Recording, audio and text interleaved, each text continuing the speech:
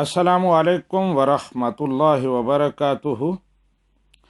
मोहम्मद मुज़फ़्फ़र कादरी साहब पूछते हैं कि इस्लाम में ज़ब्त तौलीद यानी बर्थ कंट्रोल की क्या हैसियत है? क्या शरीयत मुतहरा इसकी इजाज़त देती है या नहीं? और अगर इजाज़त देती है तो गैर मशरूत या मशरूत इजाज़त है? ये मोहम्मद मुज़फ़्फ़र साहिब, बर्थ कंट्रोल की दो सूरतें हैं। पहली सूरत तो ये है, जैसे आजकल अक्सर ममालिक में ये अपनाई जा रही है कि एक कौमी पॉलिसी और कौमी हिकमत अमली के तौर पर इसे अपनाया जाता है। लोगों को ये बताया जाता है कि हमारी आबादी बढ़ रही है, रिज़्क़ के वसाइल जो हैं वो कम हो रहे हैं, लिहाजा एहतियाती तदाबीर के तौर पर माने हमल तरीके इख्तियार करो और आबादी को कंट्रोल करो। अब ये जो सोच है, ये तरीका, ये तो कुरान और सुन्नत की मंशा के सरी खिलाफ है और गलत है। अल्लाह सुब्हानहु व तआला इरशाद फरमाता है, औज़ु बिल्लाहि मिनश शैतानिर रजीम, बिस्मिल्लाहिर रहमानिर रहीम, वला तक़्तुलू औलादकुम खशियत इमलाक, नहनु नर्ज़ुकुहुम व इय्याकुम। रिज़्क़ की तंगी की डर से अपनी औलाद को कत्ल न करो, हम उनको भी रिज़्क़ देते हैं और तुमको भी देते हैं। एक और जगह अल्लाह सुब्हानहु व तआला इरशाद फरमाता है, वमा मिन दाब्बतिन फिल अर्द इल्ला अलल्लाहि रिज़्क़ुहा, कि ज़मीन पर जो भी चलने वाला जानदार है उसका रिज़्क़ अल्लाह ताला के ज़िम्मा है, लिहाजा हुकूमत को परेशान नहीं होना चाहिए। अल्लाह सुब्हानहु व तआला का ये कानून कुदरत है कि जैसे जैसे आबादी बढ़ती है उसे तनासुब से रिज़्क़ के वसाइल भी बढ़ते चले जाते हैं।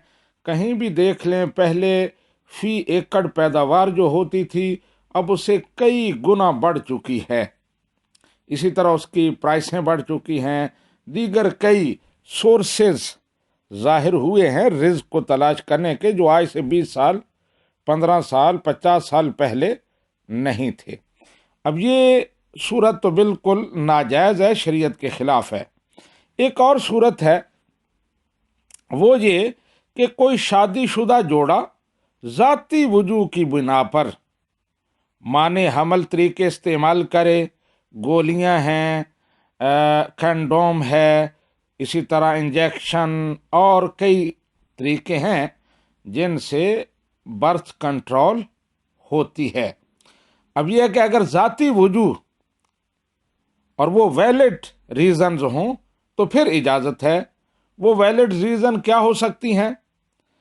वो ये है कि बाज़ ख़वातीन के यहाँ ऑपरेशन से बच्चे पैदा होते हैं और 2 या 3 ऑपरेशन के बाद डॉक्टर मशवरा देते हैं कि अब मज़ीद ऑपरेशन जान के लिए ख़तरा साबित होंगे, कोई मोहलिक बीमारी लग जाएगी या मौत भी वाक़या हो सकती है।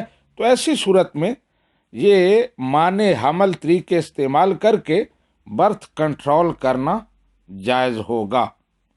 इसी तरह किसी औरत की सेहत इतनी कमज़ोर है कि वो हमल का बार उठाने के काबिल ही नहीं है, अगर हमल होता है तो उसकी जान को ख़तरा लाहिक हो जाता है, तो ऐसी सूरत में भी इजाज़त होगी कि वो बर्थ कंट्रोल के तरीके जो हैं वो इस्तेमाल करें।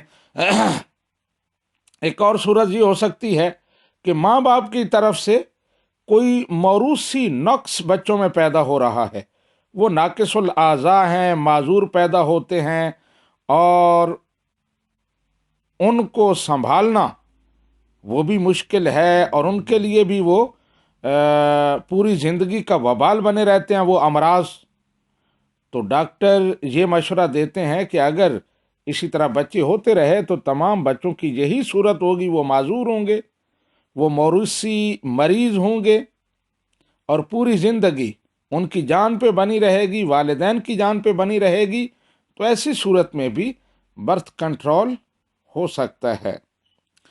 फिर ये है कि माँ अगर बच्चों को दूध पिलाती है اور تھوڑے وقفے کے بعد ابھی پہلا بچہ بالکل ابھی ارلی ایج میں ہے اور دوسرا بچہ پیدا ہو جاتا ہے، تو اب پہلے کی نگاہ داشت متاثر ہوتی ہے، تو ایسی صورت میں برتھ کنٹرول کے ذریعے وقفے کو ذرا لمبا کرنا دو بچوں کی پیدائش کے درمیان، یہ بھی جائز ہوگا۔ تو یہ وہ جائز صورتیں ہیں جن میں برتھ کنٹرول ہو سکتا ہے، لیکن یہ کنٹرول علاج کے ذریعے جیسے انجیکشن بتایا، کنڈوم ہے، دیگر ذرائع، ایک آج کل سلسلہ چلا ہے کہ مصنوعی عمل کے ذریعے کلیتاً ہمیشہ کے لیے بانجھ اپنے آپ کو کرا لینا، تو شرعاً یہ جائز نہیں ہے، آپریشن کے ذریعے یا کسی اور عمل کے ذریعے اس کی شریعت اجازت نہیں دیتی۔ یہ اللہ سبحانہ و تعالیٰ کی تخلیق میں جیسے وہ